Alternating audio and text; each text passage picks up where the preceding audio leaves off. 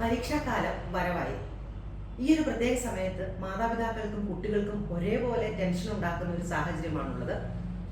തങ്ങളുടെ വിലയും നിലയും അനുസരിച്ച് കുട്ടി പെർഫോം ചെയ്യുമോ എന്നുള്ള ആശങ്കയാണ് പേരൻസിനെങ്കിൽ, പേരൻസിന്റെ പ്രതീക്ഷയ്ക്ക് അനുസരിച്ച് എനിക്ക് മാർക്ക് വാങ്ങാൻ പറ്റുമോ എന്നതായിരിക്കും കുട്ടിയുടെ ആശങ്ക.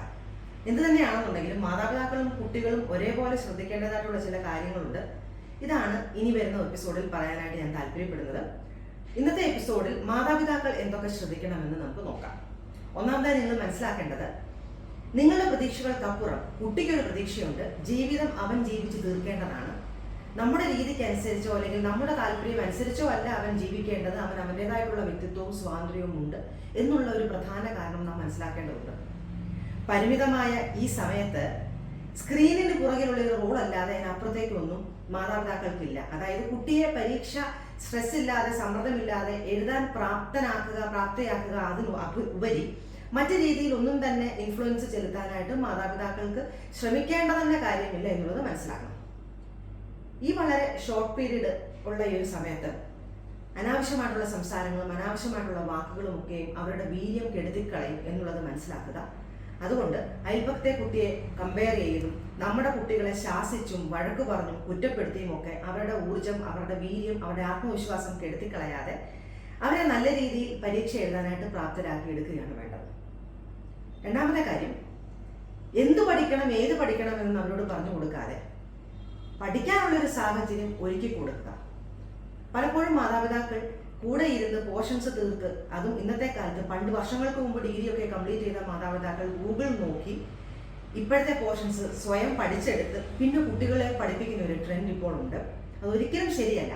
കാര്യം എന്താണെന്ന് വെച്ചാൽ, സ്കൂളിൽ അവർക്ക് ഒരു തരത്തിലായിരിക്കും പറഞ്ഞു കൊടുക്കുന്നത്, നിങ്ങൾ മറ്റൊരു തരത്തിൽ മറ്റൊരു ടെക്നിക്കിൽ പറഞ്ഞു കൊടുത്താൽ അവസാന നിമിഷം കുട്ടിക്ക് കൺഫ്യൂഷൻ ഉണ്ടാകും. അതുകൊണ്ട് എന്ത് പഠിക്കണം ഏത് പഠിക്കണം എന്ന് നിങ്ങൾ ഡിക്റ്റേറ്റ് ചെയ്ത് കൊടുക്കാതെ കുട്ടിക്ക് പഠിക്കാനുള്ള സ്വാതന്ത്ര്യം കൊടുക്കുക. അവൻ്റെ ഇഷ്ടം അനുസരിച്ച് അല്ലെങ്കിൽ അവന് ഇതാണ് പഠിക്കേണ്ടതെന്ന് തോന്നുന്ന ആ ഒരു രീതി അനുസരിച്ച്, അവൻ്റെ മുൻഗണന അനുസരിച്ച് അവൻ പഠിച്ചോട്ടെ എന്ന് കരുതി അവന് ആവശ്യത്തിനുള്ള സ്വാതന്ത്ര്യം പഠന കാര്യത്തിൽ കൊടുക്കുകയാണ് വേണ്ടത്. കുട്ടിയുടെ താല്പര്യം കൂടി കണക്കിലെടുത്തുകൊണ്ട് ഒരു പരീക്ഷാ കാലയളവ് ഡിസൈൻ ചെയ്യുമ്പോൾ, ഞാനിപ്പോൾ പറഞ്ഞതുപോലെ സ്വാതന്ത്ര്യം അവർക്ക് കൊടുക്കുമ്പോൾ തന്നെ പ്രത്യേകം ശ്രദ്ധിക്കേണ്ടത്, അമിതമായിട്ടുള്ള ഒരു പ്രാധാന്യം നമ്മൾ പരീക്ഷയ്ക്ക് കൊടുക്കുന്നു എന്നുള്ളൊരു തോന്നൽ അവൻ ഉണ്ടായിക്കൂടാ. മാത്രമല്ല, നമ്മുടെ കുട്ടിയുടെ കപ്പാസിറ്റി എത്രയുണ്ടെന്ന് നമുക്കറിയാം. അവൻ്റെ പരിധികൾ അല്ലെങ്കിൽ അവൻ്റെ പരിമിതി അനുസരിച്ച് അവൻ പഠിച്ചോട്ടെ. അമിതമായിട്ടുള്ള ടാർഗറ്റ്, അമിതമായിട്ടുള്ള ഭാരം അവൻ്റെ തലയിൽ കെട്ടിവെച്ച് അമിത പ്രതീക്ഷ നൽകി അവനെ കൂടുതൽ സമ്മർദ്ദത്തിലാക്കാതെ ഇരിക്കുക. അടുത്തൊരു പ്രധാനപ്പെട്ട കാര്യം, പരീക്ഷ എന്ന് പറയുന്നത് ഒരു മത്സരി ബുദ്ധിയോടെ എല്ലാവരും നേരിടുന്ന ഒന്നാണ്. അതിനെ ആരോഗ്യപരമായിട്ടും വിവേകപരമായിട്ടും നേരിടാനായിട്ട് നാം നമ്മുടെ കുട്ടിയെ പ്രാപ്തനാക്കി എടുക്കണം. ഒരു തോൽവി എന്ന് പറയുന്നത് ജീവിതത്തിന്റെ അവസാനമല്ല എന്നുള്ളൊരു സന്ദേശം വളരെ കൃത്യമായിട്ട് കുട്ടികൾക്ക് കൊടുക്കേണ്ടത് ആവശ്യമുണ്ട്. ഞങ്ങൾക്ക് നീയാണ് പ്രധാനം, നിന്റെ ആയുസ്സും ആരോഗ്യവും സന്തോഷവുമാണ് പ്രധാനം, പരീക്ഷ അത് കഴിഞ്ഞേ വരുന്നുള്ളൂ, പരീക്ഷയുടെ സ്ഥാനം അത് കഴിഞ്ഞേ ഉള്ളൂ എന്നുള്ള ഒരു സന്ദേശം കുട്ടിക്ക് വ്യക്തമായി കൊടുക്കേണ്ട ഒരു ആവശ്യമുണ്ട്. പരീക്ഷ എന്നത് മറ്റുള്ളവരെ തോൽപ്പിക്കാൻ വേണ്ടി ആകരുത്, നമുക്ക് വിജയിക്കുവാനും അറിവ് നേടുവാനും ഉള്ള ഒരു മാർഗമായി മാത്രം അതിനെ കണക്കാക്കണം. ഈ പഠനത്തിന്റെ വിരസതയിൽ നിന്നും ഒരു മോചനം കുട്ടികൾക്ക് തീർച്ചയായിട്ടും ആവശ്യമാണ്. അതുകൊണ്ട് അവർക്ക് വേണ്ടത്ര ബ്രേക്ക് കൊടുക്കേണ്ടതും ആവശ്യമാണ്. പക്ഷെ ആ സമയത്ത് ഗാഡ്ജറ്റ്സ് കൊടുക്കാതിരിക്കാൻ പ്രത്യേകം ശ്രദ്ധിക്കുക. കാരണം ഗാഡ്ജറ്റ്സ് അവരുടെ ശ്രദ്ധയെ ഒരുപാട് തിരിച്ചു കളയും, അവരുടെ കോൺസെൻട്രേഷൻ നഷ്ടപ്പെടും, മറ്റു കാര്യങ്ങളിൽ, അനാവശ്യ കാര്യങ്ങളിൽ അവർ വ്യാപൃതരാകാൻ, പ്രത്യേകിച്ചും അവരുടെ പ്രായം ഒരു കൗമാരപ്രായം ആയതുകൊണ്ട് തന്നെ അവർ മറ്റു പല കാര്യങ്ങളിലും ആകൃഷ്ടരായി അങ്ങോട്ട് തിരിഞ്ഞു പോകാനുള്ള സാധ്യതയുണ്ട്. അതുകൊണ്ട് ഗാഡ്ജറ്റ്സ് ഒഴികെ ബാക്കി വിനോദങ്ങളിലും കളിച്ചിരികളിലും ഒക്കെയും ഏർപ്പെടുന്നതിനുള്ള സാഹചര്യം അവർക്ക് ഉണ്ടാക്കി കൊടുക്കണം. ഒരുമിച്ചിരുന്ന് വർത്തമാനം പറയുന്നതിനും ഭക്ഷണം കഴിക്കുന്നതിനും അല്പസമയം ചെലവാക്കുന്നതിനും ഒക്കെ ഇടയ്ക്ക് ബ്രേക്ക് അനിവാര്യമാണ് എന്നുള്ളത് ഓർത്തിരിക്കുക. കുട്ടിയുടെ ഭക്ഷണ കാര്യങ്ങളും ഉറക്കവും പ്രത്യേകം ശ്രദ്ധിക്കേണ്ടത് ആവശ്യമുണ്ട്.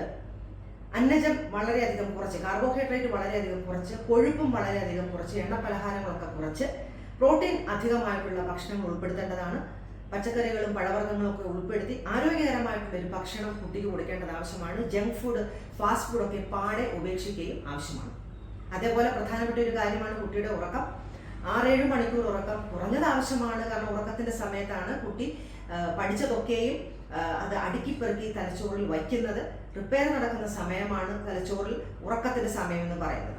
അറ്റകുറ്റപ്പണികൾ നടക്കുന്ന സമയമാണ്. അതുകൊണ്ട് ഉറക്കവും വളരെയധികം പ്രാധാന്യം അർഹിക്കുന്ന ഒന്നാണ്. ഉറക്കളച്ച് പഠിക്കുന്ന ഒരു ട്രെൻഡ് അവസാനിപ്പിക്കേണ്ടതുണ്ട്.